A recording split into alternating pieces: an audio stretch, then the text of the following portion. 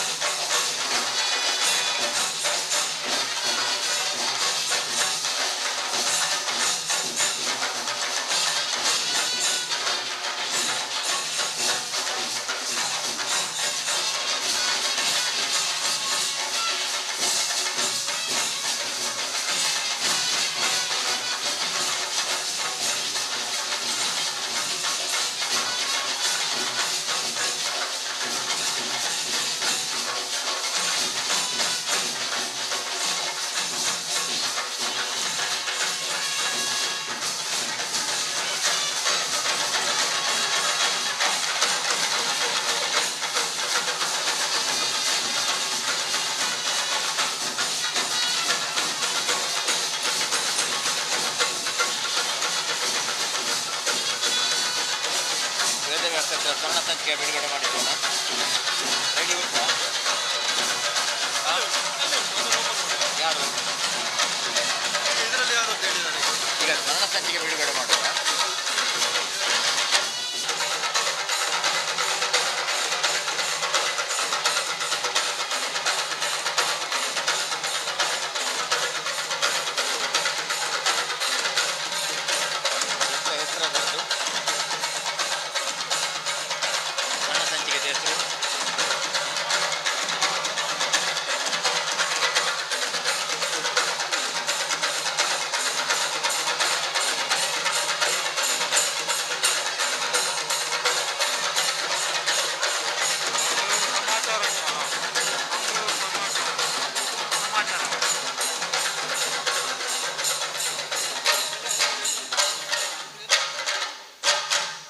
ಆತ್ಮೀಯರೇ, ಈ ಬಾರಿಯ ಸಮ್ಮೇಳನದ ಸಂದರ್ಭದಲ್ಲಿ ಸಮಾಚಾರ ಎಂಬ ಹೆಸರಿನಲ್ಲಿ ಸ್ವರ್ಣ ಸಂಚಿಕೆಯನ್ನು ರೂಪಿಸಲಾಗಿದೆ. ಅದನ್ನು ಈಗ ನಮ್ಮ ಗೌರವಾನ್ವಿತ ಗವರ್ನರ್ ಮತ್ತು ಅತಿಥಿಗಳು ಅದರ ಬಿಡುಗಡೆಯನ್ನು ನೆರವೇರಿಸಿದ್ದಾರೆ. ಪ್ರಪ್ರಥಮವಾಗಿ ದಕ್ಷಿಣ ಕನ್ನಡ ಜಿಲ್ಲಾ ಪತ್ರಕರ್ತರ ಸಮ್ಮೇಳನ 2019 ಈ ಸಮ್ಮೇಳನಕ್ಕೆ ಮಂಗಳೂರಿನ ಜನತೆಯ ಪರವಾಗಿ ನನ್ನ ವೈಯಕ್ತಿಕ ನೆಲೆಯಲ್ಲಿ ನಾನು ಎಲ್ರಿಗೂ ಹೃತ್ಪೂರ್ವಕವಾದ ಅಭಿನಂದನೆಗಳನ್ನು ಸಲ್ಲಿಸ್ತಾ ಇದ್ದೇನೆ. ಇವತ್ತು ಉದ್ಘಾಟನಾ ನಂತರ ಹಲವಾರು ಸೆಷನ್ಗಳು ಈ ಒಂದು ಕಾರ್ಯಕ್ರಮದಲ್ಲಿ ಹಾಕ್ಕೊಂಡಿದೆ. ಮಾಧ್ಯಮ ಮತ್ತು ಸಾಮಾಜಿಕ ಜವಾಬ್ದಾರಿ, ತುಳು ಸಿನಿಮಾ ಹಾಗೂ ಮಾಧ್ಯಮ, ಬ್ರ್ಯಾಂಡ್ ಮಂಗಳೂರು ಹೇಗೆ ಅದನ್ನು ಅನುಷ್ಠಾನ ಮಾಡುವಂಥದ್ದು, ಅದಲ್ಲದೆ ಕೊನೆಯದಾಗಿ ಸಮಾರೋಪ ಸಮಾರಂಭ. ಹಾಗಾಗಿ ಒಟ್ಟು ಇವತ್ತು ಈ ಒಂದು ಕುದ್ಮಲ್ ರಂಗರಾವ್ ಅವರ ಪುರಭವನದಲ್ಲಿ ಈ ಕಾರ್ಯಕ್ರಮ ಭಾಳ ಯಶಸ್ವಿಯಾಗಿ ಜರುಗ್ತಾ ಇದೆ. ಮತ್ತು ಇದಕ್ಕೆ ಸಹಕರಿಸಿದಂಥ ಎಲ್ಲ ಪತ್ರಕರ್ತ ಬಂಧುಗಳಿರ್ಬೋದು, ಎಲ್ಲ ಮಂಗಳೂರಿನ ಜನತೆಗೆ ಕೂಡ ನಾನು ಅಭಿನಂದನೆಗಳನ್ನು ಸಲ್ಲಿಸ್ತೇನೆ. ನನ್ನ ಮನಸ್ಸಿನಲ್ಲಿ ಪತ್ರಕರ್ತರು ಎಂದರೆ ಒಂದು ಸಂವಿಧಾನದ ಅಂಗ. ವ್ಯವಸ್ಥೆಯ ಹುಳುಕನ್ನು ಬದಲಾಯಿಸಿಕೊಂಡು ಸರಿಪಡಿಸ್ಕೊಳ್ಬೇಕು ಅಂತೇಳುವಂಥ ದೃಷ್ಟಿಯಲ್ಲಿ ಅದನ್ನು ಭಾಳ ವಿಶೇಷವಾದ ಆಸಕ್ತಿಯನ್ನು ತೋರಿಸ್ಕೊಂಡು ಮಾಡುವಂಥ ಕೆಲಸ ಕಾರ್ಯಗಳು ಪತ್ರಕರ್ತರದ್ದು ಬಹಳಷ್ಟು ಇದೆ. ಹಾಗಾಗಿ ಪ್ರತಿಯೊಬ್ಬರ ಮನಸ್ಸಿನಲ್ಲಿ ಕೂಡ ಆ ಭಾವನೆಗಳಿದೆ. ಒಂದು ಸಂವಿಧಾನದ ಅಂಗವಾಗಿ ಕೆಲಸ ಕಾರ್ಯಗಳನ್ನು ಮಾಡ್ತಾ ಇದೆ. ಜನರ ಸಮಸ್ಯೆ ಬಗೆಹರಿಸುವಂಥದ್ದಕ್ಕೂ ಕೂಡ ಎಲ್ಲಿಯಾದರೂ ಆಡಳಿತದ ಯಂತ್ರ ಪರಿಹರಿಸದೇ ಇದ್ದಂಥ ಸಂದರ್ಭದಲ್ಲಿ ಕೂಡ ಪತ್ರಕರ್ತರ ಕೆಲಸ ಕಾರ್ಯಗಳು ಅದನ್ನು ಎತ್ತಿಡುವ ಮುಖಾಂತರ ಅದನ್ನು ಬಗೆಹರಿಸುವಂಥ ದೃಷ್ಟಿಯಲ್ಲಿ ಕೆಲಸ ಕಾರ್ಯಗಳು ಕೂಡ ಆಗ್ತಾ ಇರುವಂಥದ್ದು ಭಾಳಷ್ಟು ನಾವು ಕಾಣ್ತಾ ಇದ್ದೇವೆ. ಇದನ್ನೆಲ್ಲ ಮನಸ್ಸಿನಲ್ಲಿ ಎಣಿಸ್ಕೊಂಡ್ರೆ ಪತ್ರಕರ್ತರು ನಿಜಕ್ಕೂ ಒಂದು ಯೋಧನ ರೀತಿಯಲ್ಲಿ ಕೆಲಸ ಕಾರ್ಯಗಳನ್ನು ಮಾಡ್ತಾರೆ ಅಂತ ಹೇಳುವಂಥದ್ದು ನಾನು ಭಾವಿಸ್ತೇನೆ.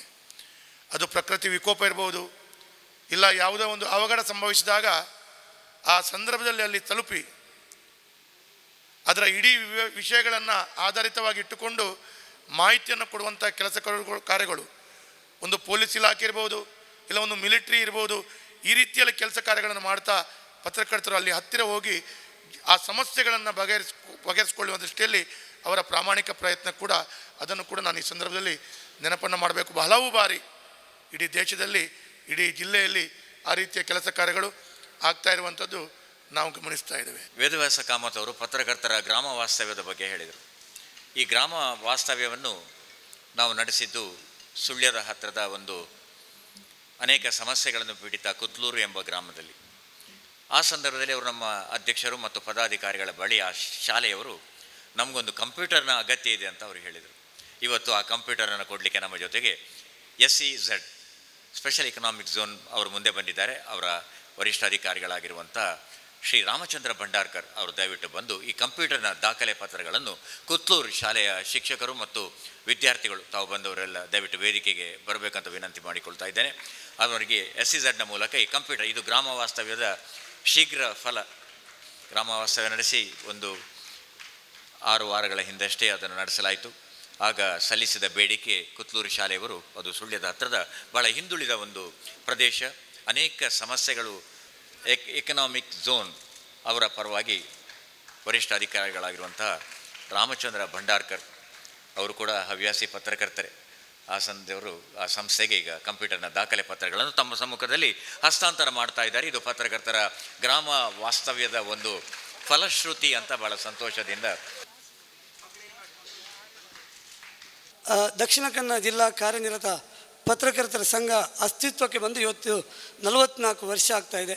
ಒಂದು ಕಡೆ ಈ ಒಂದು 44 ವರ್ಷದಲ್ಲಿ ಮೊದಲ ಬಾರಿಗೆ ಒಂದು ಪತ್ರಕರ್ತರ ಸಮ್ಮೇಳನ ದಕ್ಷಿಣ ಕನ್ನಡ ಜಿಲ್ಲೆಯಲ್ಲಿ ನಡೀತಾ ಇರೋದು, ಅದರಲ್ಲೂ ಮಂಗಳೂರಿನ ಪುರಭವನದಲ್ಲಿ ನಡೀತಾ ಇರುವಂಥದ್ದು. ಇನ್ನೊಂದು ಕಡೆ ಇನ್ನೊಂದು ಸಂಭ್ರಮ, ಇವತ್ತು ಎಲ್ಲ ಕಡೆ ಪತ್ರಿಕಾ ದಿನಾಚರಣೆ. ಮಂಗಳೂರು ಸಮಾಚಾರ 1843ರಲ್ಲಿ ಇವತ್ತು ಆರಂಭವಾದ ಒಂದು ಮಂಗಳೂರು ಸಮಾಚಾರ ಪತ್ರಿಕೆ ಇವತ್ತು 176 ವರ್ಷ ಆಚರಿಸ್ತದೆ. ಆ ಸಂಭ್ರಮದಲ್ಲೂ ಕೂಡ ನಾವಿದ್ದೇವೆ. ಹಾಗಾಗಿ ನಾವು ಈ ಎರಡೂ ಕಾರ್ಯಕ್ರಮಗಳನ್ನು ನಾವು ಒಂದೇ ವೇದಿಕೆಯಲ್ಲಿ ಮಾಡಬೇಕು ಹಿನ್ನೆಲೆಯಲ್ಲಿ ಇವತ್ತು ಜುಲೈ 1 ಈ ಒಂದು ಕಾರ್ಯಕ್ರಮವನ್ನು ಮಾಡಿಕೊಂಡಿದ್ದೇವೆ. ಇವತ್ತು ಅದಕ್ಕಿಂತಲೂ ಖುಷಿಯ ದಿನ ಅಂದರೆ ನಮಗೆ ನಾಗಾಲ್ಯಾಂಡ್ ರಾಜ್ಯಪಾಲರು ಬಂದು ಈ ಕಾರ್ಯಕ್ರಮವನ್ನು ಉದ್ಘಾಟನೆ ಮಾಡೋದು. ಯಾಕಂದರೆ ಇವತ್ತು ನಾಗಾಲ್ಯಾಂಡ್ ರಾಜ್ಯಪಾಲರು ಮಣಿಪುರ ರಾಜ್ಯದ ಒಂದು ರಾಜ್ಯಪಾಲರಾಗಿ ಕೂಡ ಉಸ್ತುವಾರಿಯನ್ನು ನೋಡ್ತಾ ಇದ್ದಾರೆ.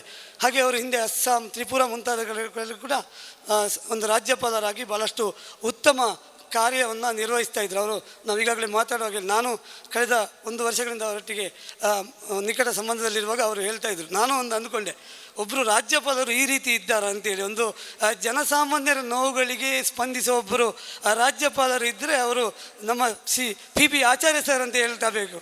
ಯಾಕೆಂದರೆ ಇವತ್ತು ಅವರು ಇಲ್ಲಿಗೆ ಬಂದರೆ ಅವರು ಚಿಂತನೆ ಮಾಡುವುದು ಮಂಗಳೂರಿನ ಆ ಒಂದು ಭಾಗದ ನಾಗಾಲ್ಯಾಂಡ್, ಆ ಭಾಗದ ಒಂದು ಆಗ್ನೇಯ ಭಾರತದ ವಿದ್ಯಾರ್ಥಿಗಳೇನಿದ್ದಾರೆ ಅವರನ್ನು ಇಲ್ಲಿಯ ಒಂದು ಕಾಲೇಜುಗಳಲ್ಲಿ ಅವರಿಗೆ ವಿದ್ಯಾಭ್ಯಾಸಗಳನ್ನು ಕೊಡಲಿಕ್ಕೆ ಅವರ ಅವಕಾಶ ಮಾಡಿಕೊಂಡು, ಈಗಾಗಲೇ ಅವರು ಹೇಳಿದ್ರು ನಿತ್ಯ ವಿದ್ಯಾಸಂಸ್ಥೆ, ಆಳ್ವಾಸ್ ವಿದ್ಯಾಸಂಸ್ಥೆ, ಮಣಿಪಾಲ್ ಯೂನಿವರ್ಸಿಟಿ ಅಂತಹ ಸಂಸ್ಥೆಗಳು ಇವತ್ತು ತುಂಬ ವಿದ್ಯಾರ್ಥಿಗಳನ್ನು ಇಲ್ಲಿಗೆ ಅಡಾಪ್ಟ್ ಮಾಡಿಕೊಳ್ಳಲಿಕ್ಕೆ ಅದಕ್ಕೆ ಕಾರಣಕರ್ತರಾದವರು ನಮ್ಮ ರಾಜ್ಯಪಾಲರಾಗಿರೋ PB ಆಚಾರ್ಯ ಅವರು. ಹಾಗಾಗಿ ನಿನ್ನೆ ಒಂದು ನಮಗೆ ರಾತ್ರಿ ನಾನು ಅವರ ಐಸಾಕ್ ಅವರ ಹತ್ರ ರಾತ್ರಿ 1:30 ಗಂಟೆ ತನಕ ನಮಗೆ ಟೆನ್ಷನ್ ಇತ್ತು. ರಾಜ್ಯಪಾಲ ಮಂಗಳೂರು ವಿಮಾನ ನಿಲ್ದಾಣದಲ್ಲಿ ಯಾವುದೇ ಫ್ಲೈಟ್ ಟೇಕ್ ಆಫ್ ಆಗೋದಿಲ್ಲ, ಬರುವುದಿಲ್ಲ, ಹೋಗುವುದಿಲ್ಲ ಅಂತ ಹೇಳುವಾಗ ನಾವು ನಿನ್ನೆ ರಾತ್ರಿ ಅವರ ಐಸಾಕ್ ಅವರ ಹತ್ರ ಮಾತಾಡುವಾಗ ಅವ್ರು ಹೇಳಿದರು, it is not possible if you coming by road ಅಂತ ಹೇಳಿದರು. ನನಗಾಯ್ತು, ನಮಗೆ ಒಂದು ಉದ್ಘಾಟನೆಗೆ ರಾಜ್ಯಪಾಲರು ಬಂದಿದ್ದರೆ ಅದಕ್ಕಿಂತ ದೊಡ್ಡ ಸಂತಸ ಯಾವುದೂ ಇಲ್ಲ ಅಂತೇಳಿ. ರಾತ್ರಿ 3:30 ಗಂಟೆಗೆ ನಾನು ಎದ್ದು ವಾಟ್ಸಪ್ಪಲ್ಲಿ ನೋಡಿದೆ, we are already boarded in the flight, we are reaching Mangalore ಅಂತ ಹೇಳಿದ್ರು. ಅದಕ್ಕಿಂತ ಒಂದು ದೇವರ ಭಗವಂತನ ಒಂದು ನಮಗೆ ಒಂದು ಪುಣ್ಯ ಅಂತ ಹೇಳ್ಬೋದು. ಯಾಕಂದರೆ ಇವತ್ತು ಗವರ್ನರ್ ಈ ಒಂದು ಉದ್ಘಾಟನೆ ಕಾರ್ಯಕ್ರಮಕ್ಕೆ ಬಂದಿರೋದು, ಅದು ಕೂಡ ಕುಟುಂಬ ಸಮೇತರಾಗಿ ಬಂದಿರುವುದು.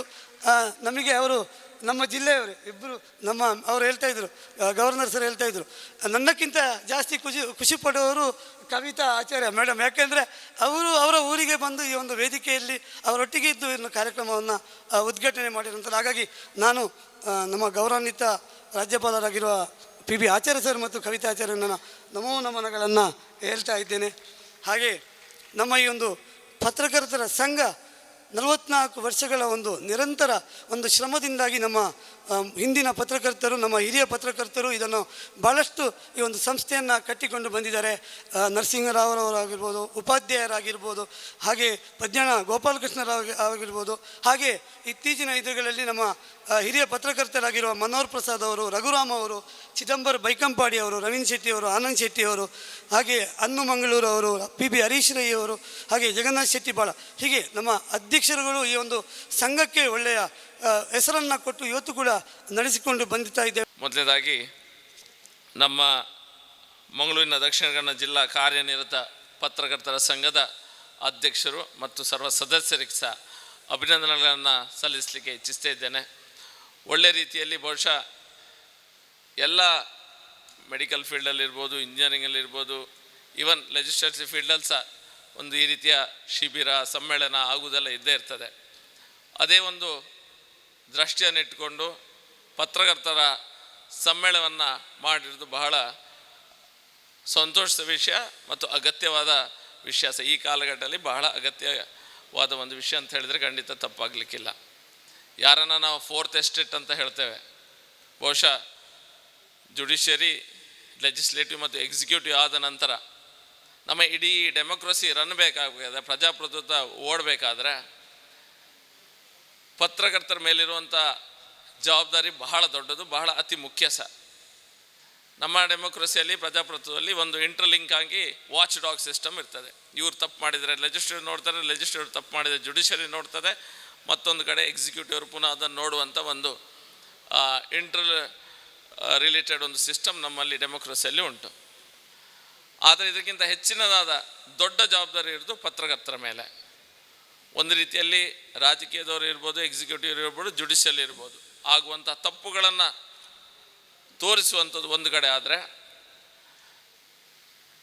ಜನರಿಗೆ ವಿಷಯಗಳ ಬಗ್ಗೆ ಮಾಹಿತಿ ಕೊಡೋದು, ಏನೆಲ್ಲ ಸೌಲಭ್ಯಗಳು, ಏನೆಲ್ಲ ಆಗ್ತುಂಟು, ರಾಜಕೀಯವಾಗಿ ಏನು ಆಗ್ತುಂಟು, ದೇಶ ಎತ್ತ ಕಡೆ ಸಾಗ್ತಾ ಉಂಟು, ಎಕನಾಮಿಕ್ ಸಿಚುವೇಶನ್ಸ್ ಏನುಂಟು, ಎಲ್ಲ ವಿಷಯಗಳನ್ನು, ಮಾಹಿತಿಯನ್ನು ಹೇಗೆ ನೋಡ್ತೇವೋ ಅದೇ ರೂಪದಲ್ಲಿ ಕೊಡಬೇಕಾದಂಥ ದೊಡ್ಡ ಜವಾಬ್ದಾರಿ ಉಂಟು.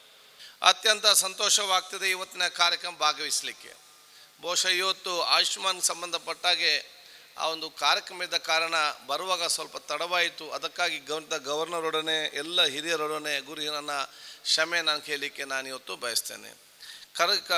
ಕಾರ್ಯನಿರತ ಪತ್ರಕರ್ತರ ಸಮ್ಮೇಳನದ ಈ ಒಂದು ಶುಭಾಶಯನ್ನು ಸರ್ಕಾರದ ಪರವಾಗಿ, ನನ್ನ ಪರವಾಗಿ, ಜಿಲ್ಲೆಯ ಪರವಾಗಿ ನನ್ನ ಶುಭಾಶಯ ನಾನು ಸರ್ವರಿಗೂ ಕೂಡ ಇಚ್ಛಿಸಿ ಈ ಒಂದು ಕಾರ್ಯ ಹಮ್ಮಿಕೊಂಡಂಥ ಅಧ್ಯಕ್ಷರಿಗೂ ಸರ್ವ ಸದಸ್ಯರಿಗೂ ನನ್ನ ಶುಭಾಶಯ ನಾನು ಸಲ್ಲಿಸಲಿಕ್ಕೆ ಬಯಸ್ತೇನೆ.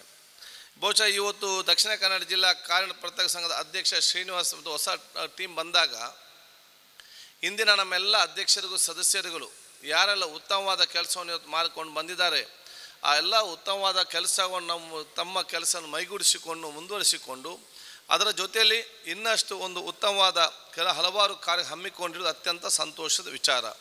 ಬಹುಶಃ ಈಗಾಗಲೇ ಗ್ರಾಮ ವ್ಯವಸ್ಥೆ ಮಾಡಿಕೊಂಡು ಆ ಒಂದು ಗ್ರಾಮದ ಸಮಸ್ಯೆಯನ್ನು ಅರ್ಥ ಮಾಡಿಕೊಳ್ಳುವ ಮೂಲಕ ಆ ಗ್ರಾಮ ಮಾತ್ರ ಅಲ್ಲ, ಮುಂದಿನ ಬೇರೆ ಬೇರೆ ಗ್ರಾಮದಲ್ಲಿ ಯಾವುದೆಲ್ಲ ತಳಮಟ್ಟದ ಕೆಲವೊಂದು ವಿಚಾರ ಆಗಬೇಕಾ ಅದನ್ನು ಸರ್ಕಾರಕ್ಕೆ ಒಂದು ಸ್ಪಷ್ಟವಾದ ವಿಚಾರ ಮೈಗೂಡಿಸಿಕೊಂಡು ಇವತ್ತು ಬಂದಿದ್ದಾರೆ ಅಂತ ಹೇಳಲಿಕ್ಕೆ ನಾನು ಇವತ್ತು ಬಯಸ್ತೇನೆ. ಅದರ ಜೊತೆಯಲ್ಲಿ ಅಲ್ಲಿಗೆ ಬೇಕಾಗುವಂಥ ಕೆಲ ಮೂಲಭೂತ ಸೌಕರ್ಯ ಸಂಬಂಧಪಟ್ಟಾಗೆ ಆ ಸಹಕಾರ ಕೂಡ ಇವತ್ತು ಮಾಡಿದ್ದಾರೆ. ಅದಕ್ಕಾಗಿ ನಾನು ಎಲ್ಲ ಜನ ಪರವಾಗಿ ನಾನು ಸಲ್ಲಿಸಿಕೊಂಡು ಒಂದು ವರ್ಷ ಒಂದಾಯಿತು, ಈ ವರ್ಷ ಇನ್ನೊಂದು ಗ್ರಾಮ ವ್ಯವಸ್ಥೆ ಮಾಡಿ ಆ ಶಾಲೆ ಕೂಡ ನಿಮ್ಮಿಂದ ಪ್ರಯೋಜನ ಆಗಲಿ ಅಂತ ಕೂಡ ಹೇಳಲಿಕ್ಕೆ ನಾನು ಇವತ್ತು ಬಯಸುವಂಥದ್ದು. ಬಹುಶಃ ಈ ರೀತಿಯ ಕಾರ್ಯಕ್ರಮ ಇಡೀ ನಮ್ಮ ಪತ್ರಕರ್ತರ ಮತ್ತು ಮಾಧ್ಯಮ ಮಿತ್ರರನ್ನು ಸೇರಿಸಿಕೊಂಡು ಹಮ್ಮಿಕೊಳ್ಳುವ ಮೂಲಕ ಒಂದು ಒಗ್ಗಟ್ಟು, ಏಕತೆ, ಸೋದರತೆ ಭಾವನೆ ಕೂಡ ಬಿಂಬಿಸುವಂಥ ಇವತ್ತು ಅವಕಾಶ ಆಗಿದೆ. ಪತ್ರಕರ್ತರು ಮತ್ತು ಮಾಧ್ಯಮ ಸೋದರರು ನಮಗೆ ಸಮಾಜಕ್ಕೆ ಅತಿ ಅಗತ್ಯ.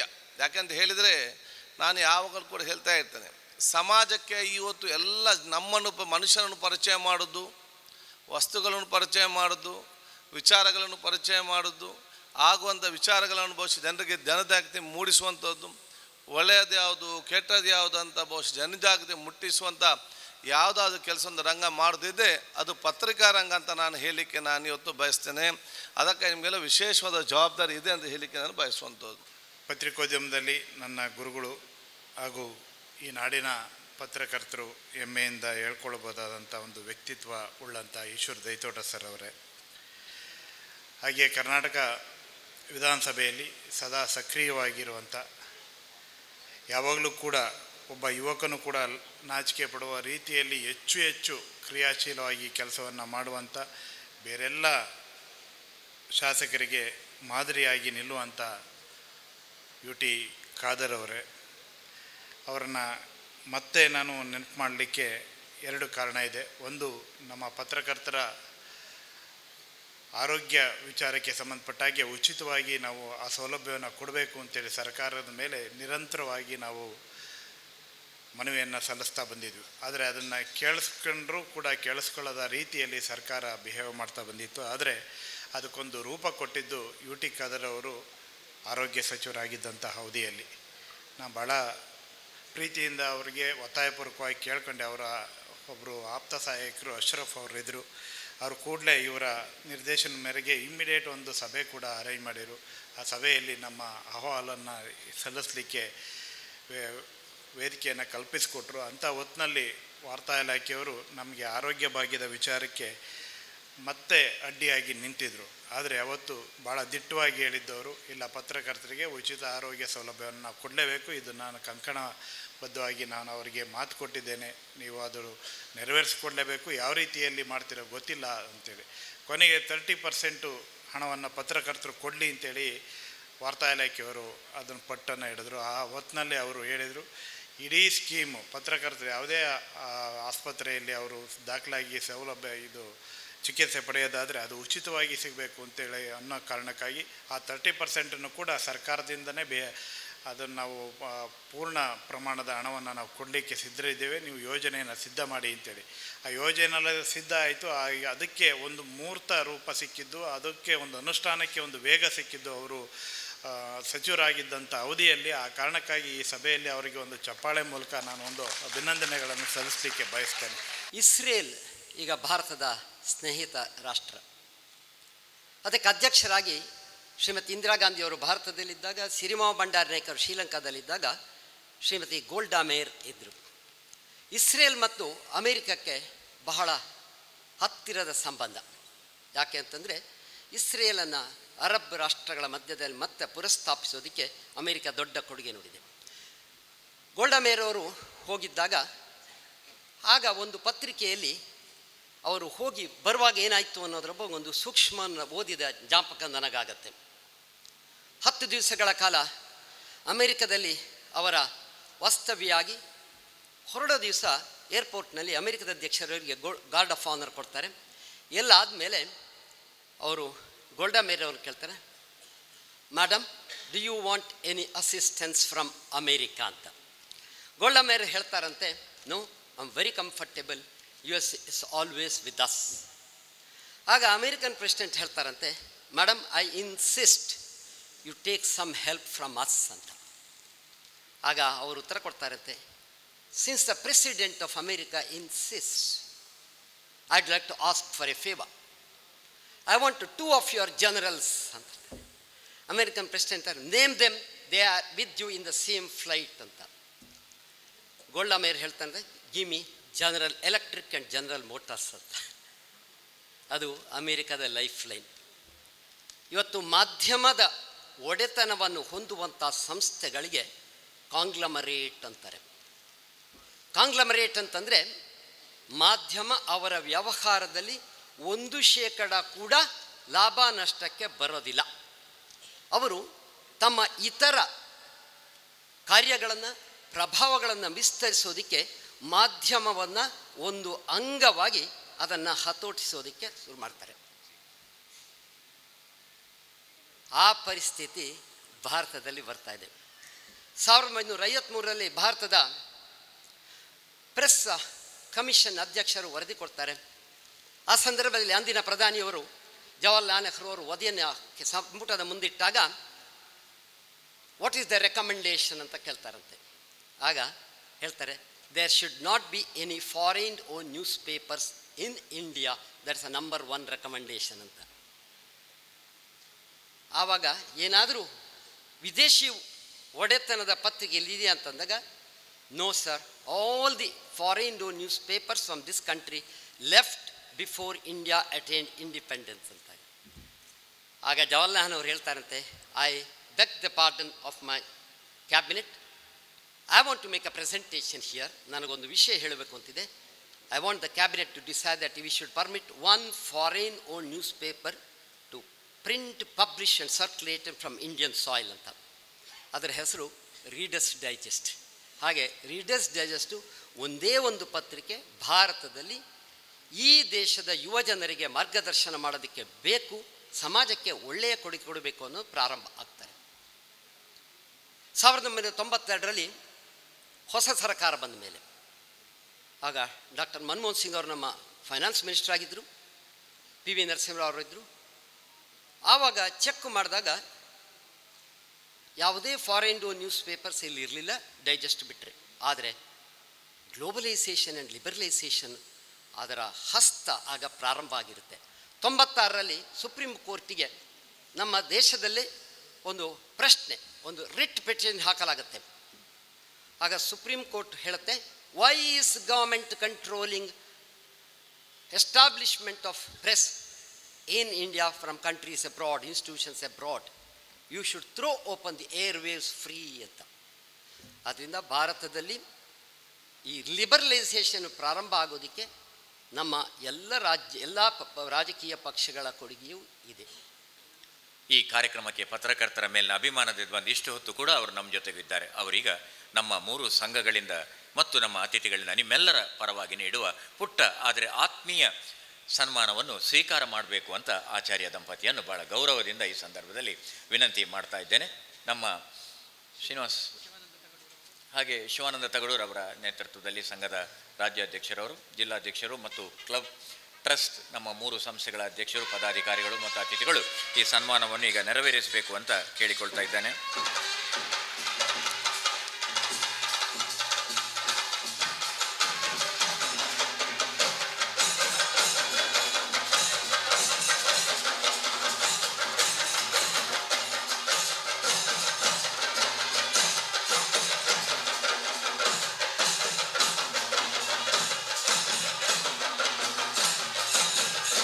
ಕನ್ನಡ, ಮರಾಠಿ, ಹಿಂದಿ, ಕನ್ನಡ, ಇಂಗ್ಲಿಷ್ ಭಾಷೆಗಳನ್ನು ಮಾತನಾಡಬಲ್ಲರು, ಓದಬಲ್ಲರು.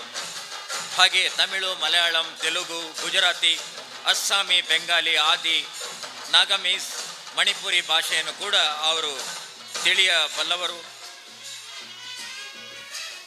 ದೇಶದಲ್ಲಿ ಸರ್ವ ಹಿರಿಯ ನಾಯಕರ ಗೌರವಕ್ಕೆ ಪಾತ್ರರಾಗಿರುವಂಥವರು ನಮ್ಮ ಆಚಾರ್ಯ ಸರ್ ಅವರು. ನಮ್ಮ ದೇಶದ ಪ್ರಧಾನಿ, ರಾಷ್ಟ್ರಪತಿಗಳಿಂದಲೂ ಕೂಡ ಬಹಳ ಮೆಚ್ಚುಗೆಗೆ ಪಾತ್ರರಾಗಿರ್ತಕ್ಕಂಥ ಸಾಧಕರು ಇವತ್ತಿನ ನಮ್ಮ ಉದ್ಘಾಟಕರಾಗಿರುವ, ಗೌರವಾನ್ವಿತ ರಾಜ್ಯಪಾಲರಾಗಿರುವ ಪಿ ವಿ ಆಚಾರ್ಯ ಸರ್ ಅವರು. ಅವರೀಗ ತಮ್ಮ ಉದ್ಘಾಟನಾ ಸಂದೇಶವನ್ನು ನೀಡಬೇಕು ಅಂತ ನಾನು ನಮ್ಮ ನಿಮ್ಮೆಲ್ಲರ ಪರವಾಗಿ ಗೌರವಾನ್ವಿತ ರಾಜ್ಯಪಾಲರಾಗಿರುವ ಆಚಾರ್ಯ ಸರ್ ಅವರನ್ನು ವಿನಂತಿ ಮಾಡಿಕೊಳ್ತಾ ಇದ್ದೇನೆ. ಪ್ರಜಾತಂತ್ರದ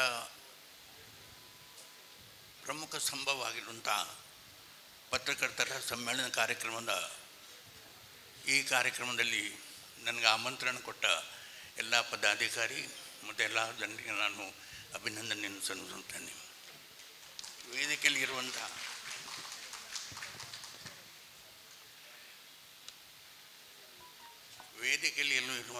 ಎಲ್ಲ ಸನ್ಮಾನ್ಯ ವ್ಯಕ್ತಿಗಳಿಗೂ ನಮಸ್ತೆ ಸ್ಟೇಟ್ಸ್ನಿಂದ ನಮಸ್ಕಾರ ಮಾಡ್ತೇನೆ.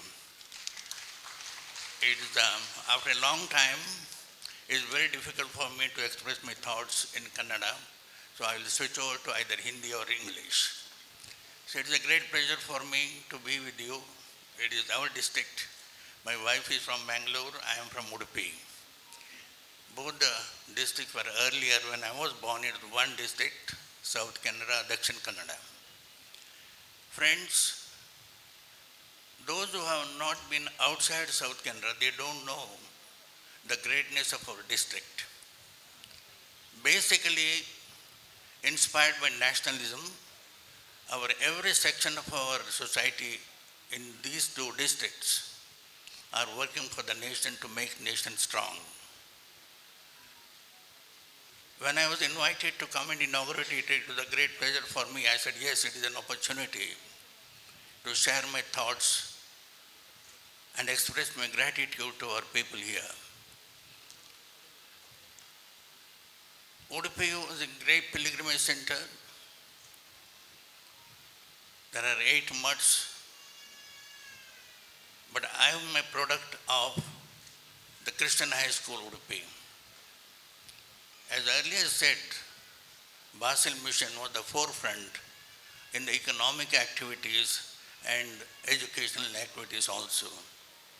Even in the pre-independence days, they had a clear goal.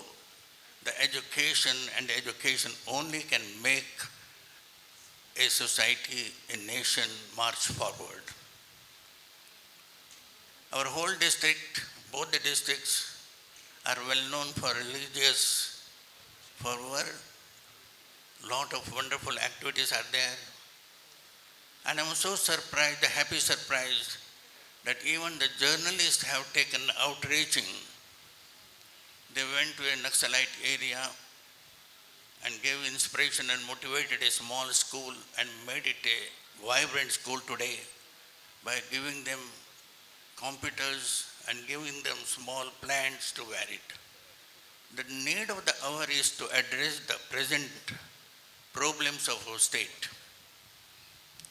In our country, we have 800 universities, and a small Nagaland which has only 20 lakhs population, we have 5 universities. And who are these people? Only one university is the Central University, which is started by the government, supported by the government. All other 4 universities are private universities, and 2 universities have been established after I taking over as the governor, and both are Christian universities. The latest university, it is in Dimapur, and nearly 100 dedicated, inspired by Lord Christ, young men and women have come there as the faculty members, and within 3 years there are nearly 4,000 students are there getting wonderful education. Our district is in the forefront, as I said it. I remember in good old days there was one newspaper, Sangati and Sarathi. Both had different ideological conviction, but they were free to publish it. We were in the forefront in everything, but somehow I think we didn't take care of the Northeast. Knowingly or unknowingly, Margaret Alva's name was mentioned, late George Fernandez, and including myself, all the 3 were representatives of different political parties to work in the Northeast. Margaret Alva was representing Congress, and late George Fernandez was representing Socialist Party, and I was representing Jansangh or Janata BJP. No country, independent country, speak in any foreign language. Smaller countries, you go to Korea, Japan, anywhere in Southeast Asia, they don't have resources. Whole Japan is a Bhukampa-grest area, but still then they come up giant 2 wall. Korea, no resources. From Kudremukh it goes. Big thing, Bangalore, you go and say all the things are going to Korea, and they prepare consumer goods, and the university is teaching them how to prepare it. So we have been neglecting what we are to do. There is no dialogue. So friends, wake up. A great Prime Minister has come who made India proud within 5 years. Yes, anywhere you go, whether small country or big country, whether small country or big country, how many Indians stay there is immaterial. Everyone feels, yes, I am an Indian. That much courage he has given. And these 5 years, the battle was between the nationalism and pseudo-nationalism. Nationalism has won with thumping hands. And we have to make our identity of India has to be strong. Take care of every part of the country. Where it hurts, go first and help them. Treat your knowledge. What you can give, give to them. Every PSU, public sector undertaking, has got 2% of their profit or turnover has to be made use for the people, society, CSR, corporate social responsibility. So also every one of us and the journalist, they have got a greater responsibility. They have also a CSR, that is citizen social responsibility, that I have something to do, strengthen my whole India. It is not good or it is not enough that you strengthen your district, your village, your family and limit yourself in a small well like South Canara and Udupi district. Enough is enough. There is no end to this. One Mangalore has 8 medical colleges and my Nagaland doesn't have any single medical college. When they are sick, they have to come to Mumbai and they have their treatment in the streets. Are you not feel about that? They are not your brothers. There is no coordination between our tribals, our scheduled caste people. Our system has created us slaves more and more. We have inherited wonderful knowledge. India is invaded because it is a prosperous nation, not we are Hindus. All people who are beggars, looters, Mughals and Britishers, all people came to India to loot us. They looted us and they gave us something. And we were very proud that railways are brought by them, this is brought by them, this is brought by them. We became a nation. Our educated people are telling still, forget it.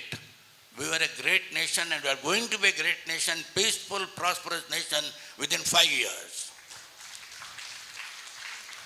Know your identity, know your capacity. Don't be Hanuman. और कहा जाता है कि रामायण में एक घटना है, जब सीता माता को तो रावण लेके गया तो हनुमान को राम जी ने बुलाया, देखो जाओ भी ढूंढ के ले आओ। हनुमान जी चलते चलते रामेश्वर तक आ गए, बता रहे हैं कि और देख रहे हैं कि अरे क्या लंका कैसे जाऊं, इतना बड़ा समुंदर है। वो ब्रह्म एक शून्य मन से खड़े हुए हैं। तब कहता है कि भाई एक आकाशवाणी आ गया, हे हनुमान तुम वायुपुत्र हो, उठो कूदो। यस मैं वायुपुत्र हूँ, और कूदा। माता से सीता जी का भेंट होगी, वो तो अलग कहानी है। वैसे आज हिंदुस्तान के लोगों के, भारतीय लोगों का हाल है, उठो, तुम सारे देश दुनिया को मार्गदर्शन कर सकते हो।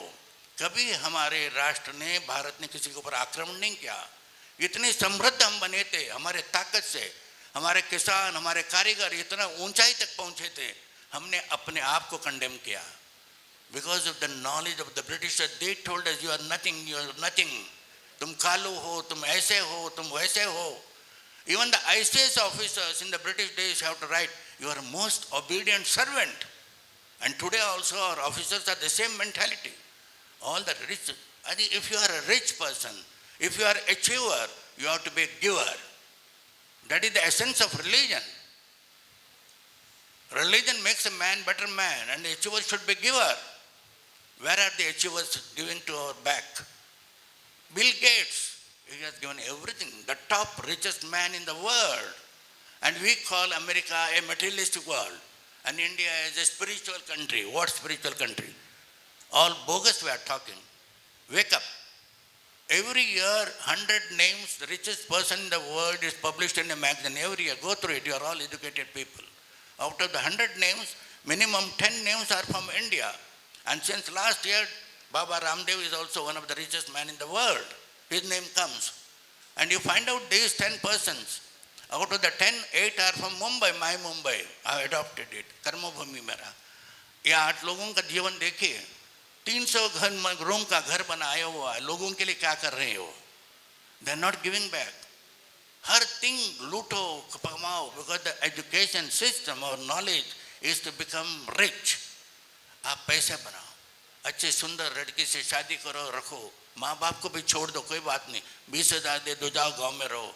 He wants warmth. He wants the love of the children, not the material benefit. And we call our spiritualist country. Wake up, change your mindset. We have the potentiality, and a great leader has come, identifying India what we are, and it is happening. So friends, make India strong.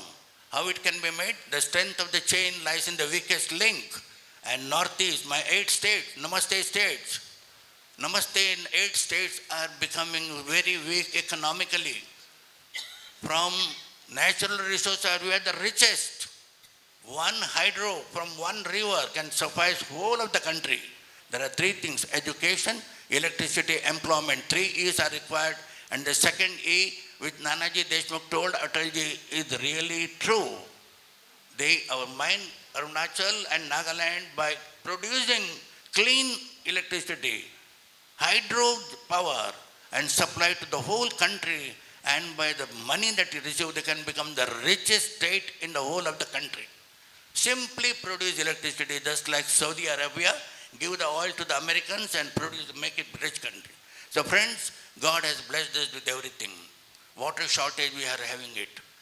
Yesterday, before I reaching here, yesterday it was a great job for me to reach here. I had a hunger to come and meet you people and get your blessings. Your good wishes are my strength. When I was the governor for only 3 days, I took the charge. The chief minister said, water shortage is there. Gave a good speech. I said, no, something has to be done. I invited the service givers. There are barbers are there, mochis are there, boot polish people are there, single tailors are there. Many people doesn't know what is Jan Dhan Yojana, what is 1 rupee insurance. And the chief minister gave a speech, water should be saved, rainwater harvesting. I said, no, purchase 20 and 1,000 liter worth tanks, water tanks, and distribute it to the people, go and water storage.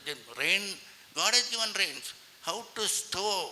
We had earlier big tanks, big sarovars, and these real estates have gummed them. So friends, environment should be, I congratulate Bharat Shetty, he has given Hasiru Usiru. I was waiting for the chance to get one sapling from him. I would have been the happiest man to get one sapling, whatever it may be. My wife is from Mangalore, she has a small house. I will plant that in memory of today's function. I wish Bharat gave me a small plant. ಗೌರವಾನ್ವಿತ governor ಅವರಿಗೆ ಗೌರವಪೂರ್ವಕ ಕೃತಜ್ಞತೆಗಳು. ಆತ್ಮೀಯರೇ,